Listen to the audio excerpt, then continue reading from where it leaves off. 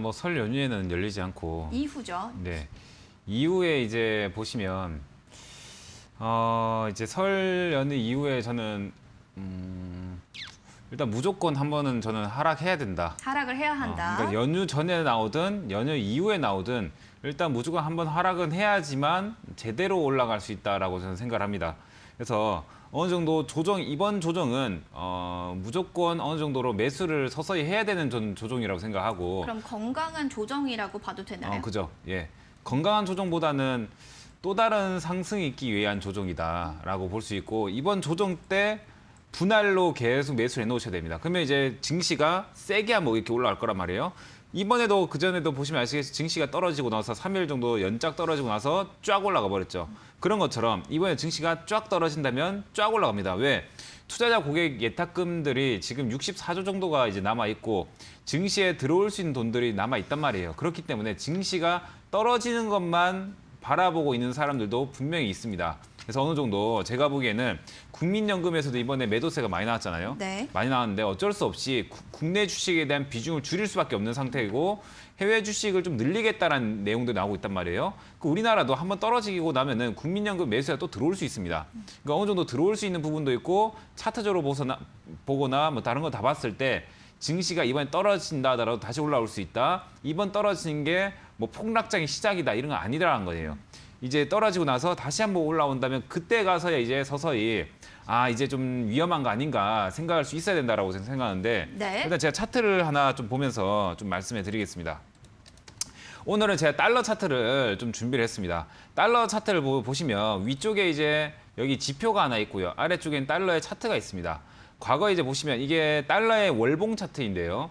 이게 위쪽에 있는 게 스토캐스틱이라는 지표입니다. 스토캐스틱이라는 지표는 추세 상승, 추세 하락은 잘 잡아내지 못하지만 그 구간이 저점인지 고점인지는 찾아낼 수 있는 그런 지표 중에 하나입니다. 월봉 상태에서 이렇게 이제 파란색 구간이 이렇게 나오면은 그 다음에 이제 달러가 급반등이 나오고요. 그 다음에 파란색 구간이 또 들어가면은 달러가 또 급반등이 이렇게 나옵니다. 몇 년 동안, 2년 동안. 그리고 과거에도 이제 여기 언제죠?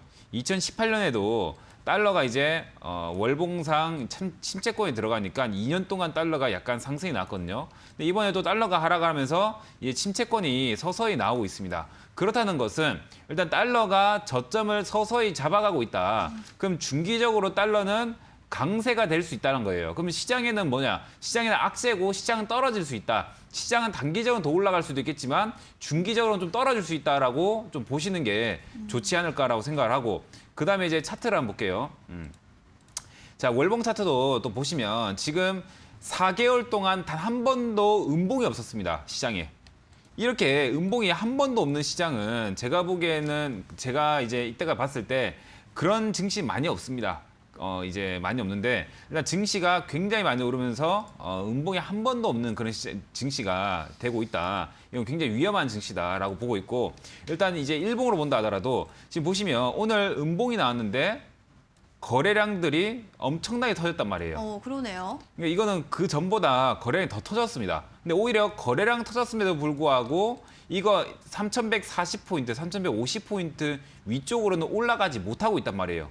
이렇다는 것은 뭐냐면 시장에 매수세보다는 매도세가 좀 더 많다라는 것이고, 오히려 대형주 매도보다는 소형주 매도를 엄청나게 많이 하고 있다. 소형주 그럼 매도. 중소형주 매도를 하고 있기 때문에 개인 투자들이 받아들이기에는 증시가 떨어지고 있지만 증시가 오늘 마이너스 0.2%밖에 떨어지지 않았지만 오히려 조금 더 내 거 왜 이렇게 많이 떨어지지라는 생각들을 할 수 있었던 거예요. 왜? 외국인 기관들이 중소형주에서 엄청나게 매도를 하고 있기 때문에 거래량이 증가됐다는 거예요. 거래량이 증가됐다는 것은 거래 대금보다는 거래량, 그러니까 이제 수량들이 좀 더 이제 활발하게 매매가 되었다. 그래서 증시가 이제 떨어지기 직전에 제 하나의 기준은 뭐냐면 차트를 한번 볼게요. 자, 차트를 보시면, 자, 보세요. 자, 제가 지난주 목요일 1월 28일 때도 그 다음날 급락할 수 있다. 21선 저항 맞고 급락해버릴 수 있다라고 저 분명히 말씀드렸습니다. 근데 정확히 이제 급락이 나왔거든요. 근데 이 기준이 뭐냐면 이날 보시면 21선을 살짝 이탈하면서 음봉 때 거래량이 증가를 했습니다. 그러고 나서 저항을 맞고 하락한 거거든요. 결론적으로는 뭐냐? 저항대가 있는 상태에서 음봉 때 거래량이 증가했다? 그것은 한번 폭락이 나올 수 있다, 하락이 나올 수 있다는 거예요. 그럼 지금 저항대가 어디냐? 저항대를 딱 보시면 과거에 이제 올라갔었던 이제 3,170포인트 요 정도가 지금 과거의 저항대입니다. 이게 바로 헤드앤숄더 패턴, 머리 어깨 패턴이라고 하는데 여기가 어깨에 맞고 하락을 했고 돌파가 나오면서 머리가 형성되었고 다시 한번 어깨가 형성되고 있는 상태인데 이 중에서 지금 음봉일 때 거래량이 터졌다.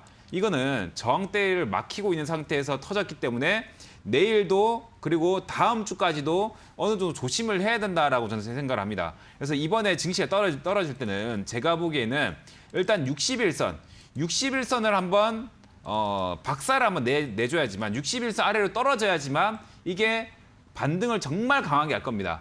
그래서 지금은 절대 이제 증시를 볼 때 현금을 다 쓰지 마시고 현금을 어느 정도 가지고 계시는 게 굉장히 중요하다라고 생각하고 그리고 이제 제가 며칠 전부터 계속 말씀드리지만 인버스 말씀드리잖아요. 어제도 말씀해 주셨죠. 그래서 코덱스 이제 인버스 차트를 한번 보겠습니다. 그러니까 이제 증시가 떨어질 때 오히려 올라갈 수 있는 상품이 바로 ETF 상품 인버스입니다. 이거는 교육을 어느 정도 받으셔야 되고, 그러니까 교육을 받아야지만 매매 시스템상 매매가 가능하다라는 거예요. 금융감독원에서 정해놓은 건데 일단 이제 월봉을 또 보시면 제가 항상 말씀드리죠. 거래량 정말 중요하다 말씀드렸고 KLS를 추천드릴 때도 주봉상에서 거래량 터진 종목들은 눌림목 나오다 다시 간다라고 말씀드렸고 정확히 이제 6거래일만 30% 이상 수익이 나왔습니다. 그런 것처럼 인버스 같은 경우에서도 어느 정도 거래량이 중요하다는 거예요. 잘 보시면 이제 한 10개월간 쭉 하락이 나오다가 월봉상 봤을 때 거래가 터져버렸습니다. 네. 이 거래가 터졌다는 것은 이게 주가가 반전될 수 있다라는 뜻이고 주봉상에서도 보시면 아시겠지만 최근에 몇 주 동안 거래량이 엄청나게 증가를 했습니다. 거래량이. 그래서 제가 보기에는 이거 지금 예사롭지가 않다. 인버스도 예사롭지 않고 증시도 예사롭지가 않고 뭔가 폭설이 내리기 전날 같은 그런 이제 살얼음판 같은 증시를 걷고 있는데 우리 개인 투자분들은 그런 느낌을 받지 못한다. 이 자체가 굉장히 저는 이제 아쉽다라고 저는 생각합니다. 그래서 어느 정도 저는 인버스에 투자를 어느 정도 해놓으시고 그리고 종목도 투자를 해놓지만 인버스 종목 투자 다 해놓으십시오. 해놓고 나서 인버스가 만약에 증시가 떨어진다면 인버스 올라가겠죠. 종목이 떨어지겠죠. 그럼 종목 떨어지는 건 대기를 하시고 인버스 올라갈 때 시세 차익을 내십시오. 그러고 나서 그 현금을 가지고 이 종목에 추가 매수를 해버리는 거예요. 그래서 어느 정도 해지 전략들이 굉장히 중요하다고 생각하고 증시가 만약에 더 올라가면 어떻게 할 것이냐 말씀하실 수 있지만 증시가 더 올라가면 더 올라갈수록 어떻게 되냐? 중기적으로 증시는 떨어질 확률이 더 커집니다. 왜? 경제 사이클이라는 게 존재하기 때문에 이때까지 봤을 때 경제 사이클이 한 번도 없던 적이 없었고 경제 사이클이 한 번도 순환이 안 된 적이 없었습니다. 그래서 지금 제가 보기에는 지금 관점으로는 인버스를 매매하시는 게 좋을 것 같고 만약에 떨어진다 하더라도 더 살 수 있는 기업들만 매매를 하는 게 좋을 것 같다. 그때 이제 그 단타자인 전문가도 얘기했지만 떨어질 때 더 살 수 있는 기업이라는 게 실적도 좋고 기업 내용도 좋고 차트도 좋은 종목들 중장기적으로 차트가 좋은 종목들 그런 종목들 떨어질 때 더 살 수 있거든요. 그럴 때 이제 시장 떨어질 때 그럴 때 이제 매매를 해보시는 거 좀 굉장히 좋은 투자다, 건강한 투자다 생각합니다. 알겠습니다. 일단 연휴 이후에 시장의 흐름은 하락할 것이다. 그렇지만 이 하락이 부정적인 게 아니라 또 다른 상승을 위한 조정일 것이다 라고 이야기해 주셨으니까요. 해지 전략 잘 참고를 해 주셔야 될 것 같습니다.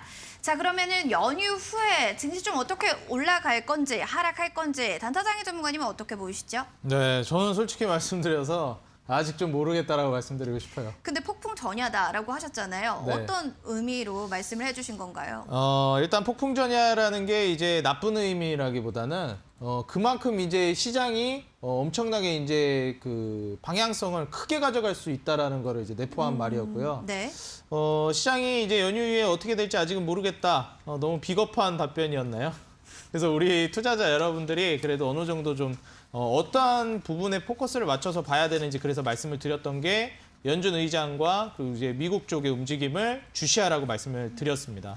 제가 봤을 때는 연휴 이후에는 다시 장이 이제 열릴 때는 어느 정도 구도가 잡히고 나서 장이 열릴 가능성이 이제 높다라고 생각이 되기 때문에 지금 내일도 이제 아직 거래일이 하루 남아 있긴 하지만 너무 섣불리 매매하시기보다는 연휴가 마무리되고 또 연휴 마무리됐다고 해가지고 뭐 연준에서 어떠한 이제 이슈가 나왔다고 해서 그게 바로바로 시장에 막 공격적으로 반영이 될 거라고는 저는 생각하진 않아요. 물론 반영이 될 수도 있겠지만. 그래서 연휴 이후에 제가 제시하는 솔루션은 내일도 이제 거래일이 열리지만 조금 변동성이 크게 나온다 하더라도 너무 이제 성급히 대응을 하지 않으셨으면 좋겠고 연휴 이후에도 증시가 어느 정도 회복기를 거칩니다. 연휴 전에 한번 흔들었기 때문에 연휴가 끝나고 나서 다시 거래가 재개됐을 때 자 이제 요이 땅 하면서 이제 막 증시가 와 이제 올라가자 하셨으니까 흔들었으니까 이러지 않아요.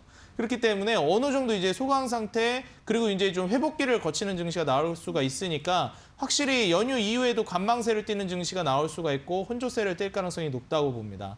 근데 그 이후에 한번 이제 그 특정 섹터의 특정 산업의 이제 종목군들이 움직임이 시작되거나 혹은 증시가 완전히 이제 고꾸라질 수가 있는데 이러한 부분들을 여러분들이 명확히 확인하고 투자해도 저는 결코 늦지 않는다고 다시 한번 거듭 강조드립니다. 네. 뭐 하루 더 일찍 매매한다고 해서 절대 유리한 거 아니니까요. 조금 더 천천히 하셔도 좋을 것 같다라고 조언을 드리면서 근데 특정 산업, 특정 섹터가 움직일 거다라고 했는데 어떤 부분을 말씀하시는 건지 혹시 여쭤봐도 될까요? 일단 저 같은 경우에는 이제 방금 뭐 차태경 전문가님도 얘기하셨지만 증시가 떨어지면 더 담을 만한 그런 이제 섹터나 산업. 예, 그게 이제 로봇이랑 스마트 팩토리 쪽이라고 저는 생각을 합니다. 미래산업에 또 네, 포스를 그렇죠. 보셨네요. 그래서 이제 스마트 팩토리 쪽이나 로봇 같은 경우에는 제가 이거를 일례로 좀 예시를 들어드린 적이 있는데 이제 나라 경기가 어렵다고 해가지고 어제 방송에서 제가 얘기했던 것 같아요. 맞습니다. 네. 이제 5G가 개발이 돼가지고 이제 상용화 시킨다고 얘기를 하는데 4G LTE 쓰고 있다가 증시 무너진다고 해서 3G로 돌아가지 않습니다. 네, 5G 해야죠. 맞아요. 우리 기술이 발전이 됐는데요. 네. 그래 이게 기술은 퇴보할 수가 없어요. 경기가 잠시 위축된다고 해서. 그래서 우리 투자자 여러분들이 보셔야 되는 건 스마트 팩토리나 로봇은 미래 산업이에요. 지금 공장이 점점 자동화로 변하고 있는 추세고 이건 속도의 차이일 뿐이지 거꾸로 역행할 산업은 아니라는 거죠. 네. 그렇기 때문에 우리 투자자 여러분들에게 말씀드리는 것이 스마트 팩토리와 로봇인 거고 더불어 이러한 산업들을 몇 개 더 말씀드리자면 뭐 폴더블 폰도 폴더블 디스플레이가 더 정확하겠죠. 이쪽도 좀 볼 수가 있겠고요. 제가 이전부터 2019년부터 강조드렸던 MLCC도 여기에 좀 해당될 수 있겠다라고 저는 생각을 하고 있습니다. 그럼 뭐 실적주의 같은 경우는 어떻게 보시는 건가요? 저는 좀 실적을 기반으로 해가지고 본 다음에 MLCC 쪽에서 단기간에 이제 실적이 엄청나게 크게 개선될 거라고 보고 있어요. 그렇지만 그걸 감안하더라도 삼성전기는 좀 너무 많이 올라가지 않았나 생각이 대장이다 들어서 보니. 네. 예, 한번 그 주변 종목들을 눈여겨보시는 것도 하나의 방법이 될 수 있겠다 조언 드리고 지금 투자해야 된다라고 봤을 때 저는 스마트 팩토리와 로봇 쪽이 오히려 조정이 나오면 더 담아볼 만한 그런 섹터라고 조언을 드리고 싶어요. 차트 몇 개 좀 보여주실 수 있을까요? 네, 뭐 몇 가지 좀 종목을 말씀을 드리겠는데 일단 첫 번째로 이제 스마트 팩토리로 제가 계속해서 이 그 소통방에서도 말씀을 드렸지만 제가 이제 강조드렸던 이 티라유텍 아직 이제 소강 상태예요. 주가가 뭐 이렇게 올라갔다라는 것도 아니고 뭐 크게 빠진 것도 아니고 이러한 이제 계속 횡보하는 움직임을 보여주고 있습니다. 이게 일봉상으로 보면 좀 조급하신 분들 같은 경우에는 뭐 이제 주가가 쭉 미끄러져가지고 마이너스 7%다 큰일 났다 이렇게 말씀하시는 분들도 있는데 뭐 지금 주봉상으로는 결코 이제 크게 변동성 있을 만한 움직임은 없다. 그래서 제가 보기에는 티라유텍 같은 경우에는 지금 현재 상황에서 뭐 16,000원 정도, 15,000원 정도 지지를 받쳐준다면 충분히 한 25,000원 정도까지 기대해 볼 수 있지 않을까 좀 이렇게 예상을 해보도록 하겠습니다. 네, 알겠습니다.